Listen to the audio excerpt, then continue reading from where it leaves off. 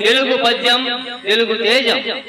నన్నయ్య నుంచి నా దాకా తెలుగు పద్య ధారావాహికకు స్వాగతం.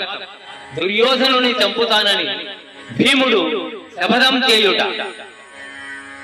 దారుని రాజ్య సంపద మదంబున కోమలి కృష్ణ జూచి రంభోరుని జోరు దేశమున నుండగ పిల్చిన ఇద్దురాత్ము దుర్వార మదీయ బాహు పరివర్తిత చండ గదాభిఘాత భగోరు తరోరు చేయుదు సుయోధను ఉగ్రరణాంతరంబునం.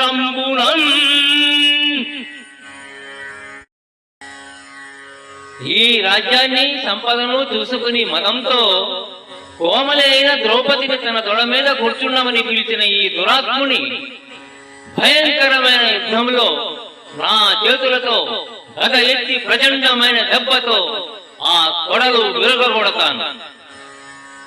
ఇది ఈ పద్యం యొక్క అర్థం. రంభోరు అంటే అరటి గోదెల లాంటి తొడలు కలది అని అర్థం.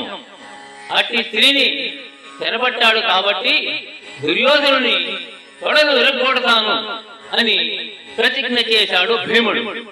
తొడలే ఎందుకు విరగొట్టాలి అంటే ఇంత అందమైన తొడలు గల ద్రౌపదిని అవమానించాడు కాబట్టి.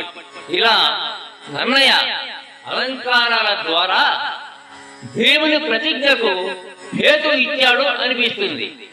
ఇదే కవి యొక్క చమత్కారం.